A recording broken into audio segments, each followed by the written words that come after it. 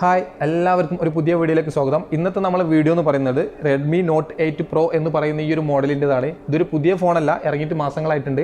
എൻ്റെ ഒരു ഫ്രണ്ട് ഇന്നലെയാണ് ഈ ഒരു ഫോൺ എടുത്തത്. അപ്പോൾ ഒരുപാട് പേര് കമൻറ്റിൽ കൂടെ ചോദിച്ചിട്ടുണ്ടായിരുന്നു Redmi Note 8 Pro ആണോ നല്ലത്, സാംസങ് A51 ആണോ നല്ലത്, അല്ലെങ്കിൽ Huawei Nova 5T ആണോ നല്ലതെന്ന് ഒരുപാട് പേര് കമൻറ്റിൽ കൂടെ ചോദിച്ചിട്ടുണ്ടായിരുന്നു. അവർക്കൊക്കെ വേണ്ടിയിട്ടുള്ള ഒരു വീഡിയോ കൂടിയാണിത്. ഒരു ബഡ്ജറ്റിൽ വരുന്ന ഒരു 15,000-നും 20,000-നും ഇടയിലൊക്കെ വരുന്ന നല്ലൊരു ഫോണിൽപ്പെട്ട ഒരു ഫോണും കൂടാണിത്. ഇതൊക്കെ വേണ്ടിയിട്ടുള്ള ഒരു വീഡിയോ കൂടിയാണിത്. കാരണം ഇതിൽ ഒരുപാട് ഫംഗ്ഷൻസും ഫീച്ചേഴ്സും ഒക്കെ ഇൻക്ലൂഡ് ചെയ്തിട്ടുള്ള നല്ലൊരു ഫോണാണിത്. നല്ലൊരു ബഡ്ജറ്റിൽപ്പെട്ട ഈ ഒരു പ്രൈസിന് പറ്റിയൊരു ഫോൺ കൂടാണിത്. അപ്പോൾ ഈ ഒരു ഫോണിൻ്റെ അൺബോക്സിങ് ആൻഡ് റിവ്യൂ വീഡിയോ ആണ് നമ്മളൊന്ന് കാണാൻ പോകുന്നത്. ഈ ഒരു ഫോൺ ഓൾറെഡി അൺബോക്സ് ചെയ്തൊരു ഫോണാണ്. അപ്പോൾ രണ്ടാമത് നിങ്ങൾക്ക് വേണ്ടിയിട്ട് അൺബോക്സ് ചെയ്ത് കാണിച്ചു തരാം. അപ്പോൾ നേരെ നമുക്ക് വീഡിയോയിലോട്ട് പോകാം. അപ്പോൾ ഇതാണ് നമ്മൾ ഇന്ന് അൺബോക്സ് ആൻഡ് റിവ്യൂ ചെയ്യാൻ പോകുന്ന ഫോൺ, Redmi Note 8 Pro എന്ന് പറയുന്ന ഈ ഒരു മോഡൽ. ഇത് ഓൾറെഡി അൺബോക്സ് ചെയ്തൊരു ഫോണാണ്.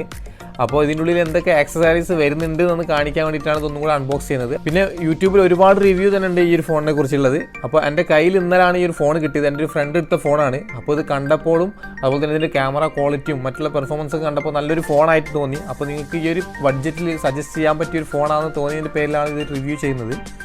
അപ്പോൾ നമുക്ക് നേരെ വീഡിയോയിലോട്ട് പോകാം. ഫസ്റ്റ് തന്നെ ഫോണിൻ്റെ ഡിസ്പ്ലേ സൈസ് നോക്കുകയാണെങ്കിൽ 6.53 ഇഞ്ചിൻ്റെ ഒരു full HD+ IPS due drop display ആണ് കിട്ടുന്നത്. പിന്നെ ഇതിൽ ഗൊറില്ല ഗ്ലാസ് 5ൻ്റെ പ്രൊട്ടക്ഷനും കിട്ടുന്നുണ്ട്. ഇനി ഫോണിൻ്റെ റീഫ്രഷ് റേറ്റ് വരുന്നത് 30 Hz അതുപോലെ തന്നെ 60 Hz ആണ് മാക്സിമം വരുന്നത്. അതുകൊണ്ട് നമ്മൾ ഒരുപാട് വെയിലുള്ള സമയത്തൊക്കെ ഫോൺ യൂസ് ചെയ്യുന്ന സമയത്ത് അത്ര ഒരു ക്ലിയർ ആയിട്ടുള്ള ഡിസ്പ്ലേ ആയിട്ട് നമുക്ക് കിട്ടുന്നില്ല. എന്നാലും ബാക്കിയുള്ള കാര്യങ്ങളൊക്കെ നോക്കുമ്പോൾ നല്ലൊരു ഡിസ്പ്ലേ തന്നെയാണ് ഈ ഫോണിന് വരുന്നത്. ഇനി ഫോണിൻ്റെ ഡിസ്പ്ലേ നോക്കുമ്പോൾ നിങ്ങൾക്ക് ബെസൽസ് ഒന്നും തീരെ കാണാൻ സാധിക്കില്ല. അത്രയും ബ്യൂട്ടിഫുൾ ആയിട്ടുള്ള ഒരു ഡിസ്പ്ലേ ആണ് ഈ ഫോണിന് കിട്ടുന്നത്. ഒരു ഫുൾ വ്യൂ ഡിസ്പ്ലേ തന്നെ നമുക്ക് ഈ ഒരു ഫോണിന് കിട്ടുന്നുണ്ട്. 84.9% ആണ് സ്ക്രീൻ ടു ബോഡി റേഷ്യോ വരുന്നത്. 19:5 ആണ് ആസ്പെക്ട് റേഷ്യോ വരുന്നത്. അതുപോലെ തന്നെ 500 nits ആണ് മാക്സിമം ബ്രൈറ്റ്നസ്സും വരുന്നത് ഡിസ്പ്ലേൻ്റെ. അപ്പോൾ നേരത്തെ നമ്മൾ പറഞ്ഞപ്പോൾ തന്നെ നല്ല വെയിലുള്ള സമയത്തൊക്കെ ചെറിയൊരു ബുദ്ധിമുട്ടുണ്ടെങ്കിൽ പോലും നമുക്ക് നോർമലി ഈ ഒരു ഫോൺ യൂസ് ചെയ്യുന്ന സമയത്ത് നല്ലൊരു ഡിസ്പ്ലേ ആണ് ഈ ഫോണിന് കിട്ടുന്നത്. ഇനി ഇത് രണ്ട് വേരിയൻറ്റിലായിട്ടാണ് അവൈലബിൾ ആവുന്നത്. 6GB റാമും 64GB ഇൻറ്റർണൽ സ്റ്റോറേജ് ആയിട്ടും അതുപോലെ തന്നെ 6GB റാമും 128GB ഇൻറ്റർണൽ സ്റ്റോറേജ് ആയിട്ടാണ്. അപ്പോൾ 6GB ആൻഡ് 64GBൻ്റെ പ്രൈസ് വരുന്നത് ഇന്ത്യയിൽ 17,999 രൂപയാണ്. അതുപോലെ തന്നെ 6GB ആൻഡ് 128GBക്ക് ഇന്ത്യയിൽ വരുന്നത് 16,999 രൂപയുമാണ്. അപ്പോൾ നമുക്ക് മനസ്സിലാക്കാം ഈ 17,999 എടുക്കുന്നതിനെക്കാട്ടി നല്ലത് 6GB ആൻഡ് 128GBക്ക് 16,999 രൂപ മാത്രമേ ഉള്ളൂ. അപ്പോൾ നമുക്ക് അത് ചൂസ് ചെയ്യാവും നല്ലത്. ചെറിയൊരു വ്യത്യാസം മാത്രമേ പ്രൈസിന് വരുന്നുള്ളൂ. അതേപോലെ തന്നെ UIയിൽ ഇതിൻ്റെ ഒരു പ്രൈസ് നോക്കുകയാണെങ്കിൽ 6GB ആൻഡ് 64GBക്ക് 692 dirhams ആണ്. എന്നാൽ 6GB ആൻഡ് 128GBക്ക് വരുന്നത് 734 dirhamsമാണ്. ഇനി ഫോണിൻ്റെ സോഫ്റ്റ്വെയർ നോക്കുകയാണെങ്കിൽ Android 9 Pie ആണ് നമുക്ക് കിട്ടിയത്. എന്നാൽ ഇത് അപ്ഡേറ്റ് ചെയ്തപ്പോൾ നമുക്ക് കിട്ടിയത് Android 10.0 ആണ്. അതുപോലെ തന്നെ MIUIയിൽ 11 ആണ് ഇതിൽ വന്നിട്ടുള്ളത്. അതും നമ്മൾ അപ്ഡേറ്റ് ചെയ്തപ്പോൾ MIUIയിൽ 11.1.4 നമുക്ക് ലഭിച്ചിട്ടുണ്ട്, ഏറ്റവും ലേറ്റസ്റ്റ് ആയിട്ടുള്ളത്. ഇനി ഇതിൽ വരുന്നത് MediaTekൻ്റെ Helio G90T എന്ന് പറയുന്ന ഒരു ഒക്ടാ കോർ പ്രൊസസ്സറാണ് വരുന്നത്. അതുപോലെ തന്നെ Mali G76 ആണ് ഇതിൽ വരുന്ന GPU.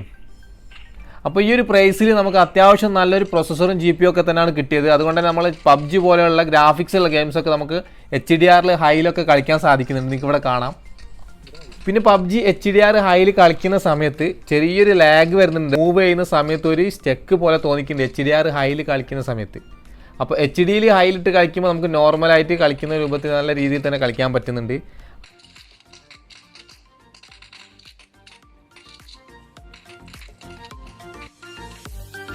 ഇനി ഫോണിൻ്റെ സെൽഫി ക്യാമറ നോക്കുകയാണെങ്കിൽ 20 MP ഒരു HDR ക്യാമറ ആണ് കിട്ടുന്നത്. ക്യാമറ പനോരമയിൽ ഫോട്ടോ എടുക്കാം, അതുപോലെ തന്നെ ബ്യൂട്ടി ഫോട്ടോ എടുക്കാം, അതുപോലെ തന്നെ പോർട്രേറ്റിലൊക്കെ ഫോട്ടോ എടുക്കാൻ സാധിക്കും. ഓൾമോസ്റ്റ് ഇപ്പം വരുന്ന എല്ലാ ഫോണിലും വരുന്ന അതേപോലെ തന്നെയുള്ള ഓപ്ഷൻസ് ഒക്കെ തന്നെയാണ് ഇതിലും വരുന്നത്. അപ്പോൾ ഇതിലെടുക്കാൻ പറ്റുന്ന വീഡിയോ റെസൊല്യൂഷൻ എന്ന് പറയുന്നത് 1080ൽ 30 frames/second വരെയാണ്. അപ്പോൾ ഇതിലെടുത്തിട്ടുള്ള കുറച്ച് ഫോട്ടോസിൻ്റെ സാമ്പിൾസ് നിങ്ങൾക്ക് ഇവിടെ കാണാം.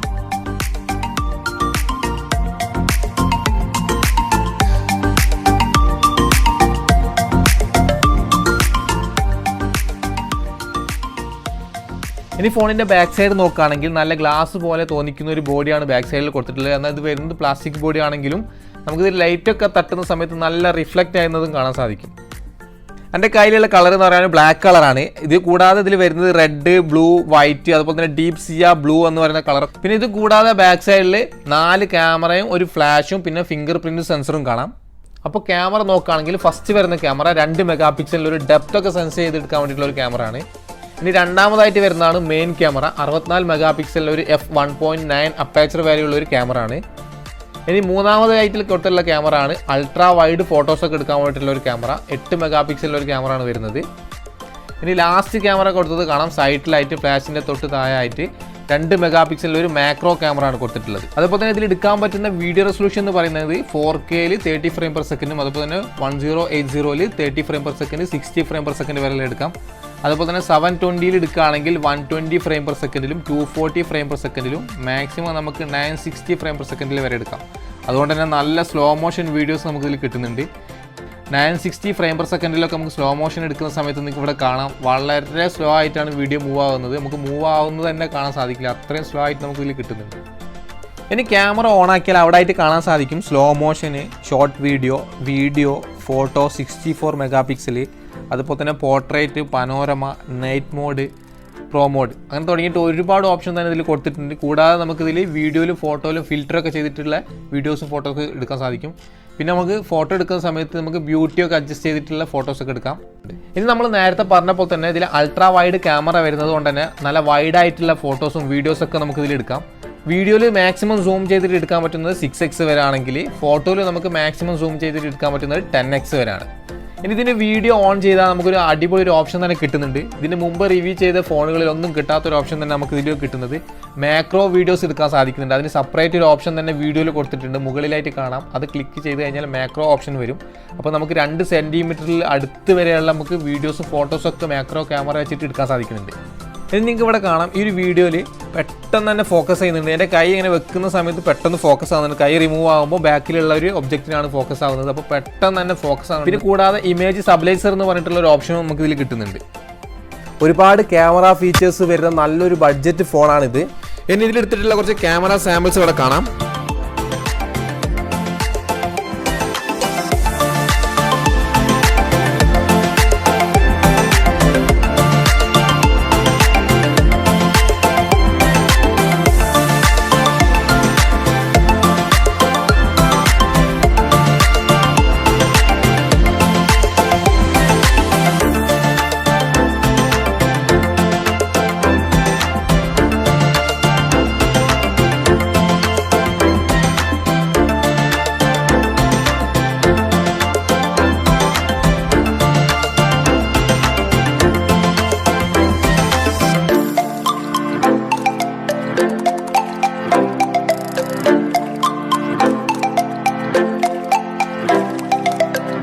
അപ്പോൾ ഇതിലെടുത്തിട്ടുള്ള ഫോട്ടോസിൻ്റെ വീഡിയോസിൻ്റെ സെൽഫി ഫോട്ടോസിൻ്റെ സാമ്പിൾസ് ഒക്കെ നിങ്ങൾ കണ്ടപ്പോൾ തന്നെ മനസ്സിലായിട്ടുണ്ടാവും. അത്യാവശ്യം നല്ലൊരു ക്വാളിറ്റി നമുക്ക് വീഡിയോസിനും ഫോട്ടോസിനും ഒക്കെ കിട്ടുന്നുണ്ട്.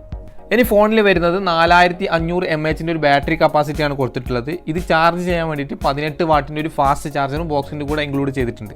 അപ്പോൾ ഒരു ദിവസമൊക്കെ നമുക്ക് മാക്സിമം യൂസ് ചെയ്യാൻ പറ്റുന്ന ഒരു ബാറ്ററി കപ്പാസിറ്റിയാണ് ഇതിൽ വരുന്നത്. സെക്യൂരിറ്റി ലോക്ക് ആയിട്ട് കൊടുത്തിട്ടുള്ളത് ഫിംഗർ പ്രിൻറ്റും അതുപോലെ തന്നെ ഫേസ് ലോക്കും തന്നെയാണ്. രണ്ടും നല്ല സ്പീഡിൽ തന്നെ വർക്ക് ചെയ്യുന്നുണ്ട്, നിങ്ങൾക്ക് ഇവിടെ കാണാം.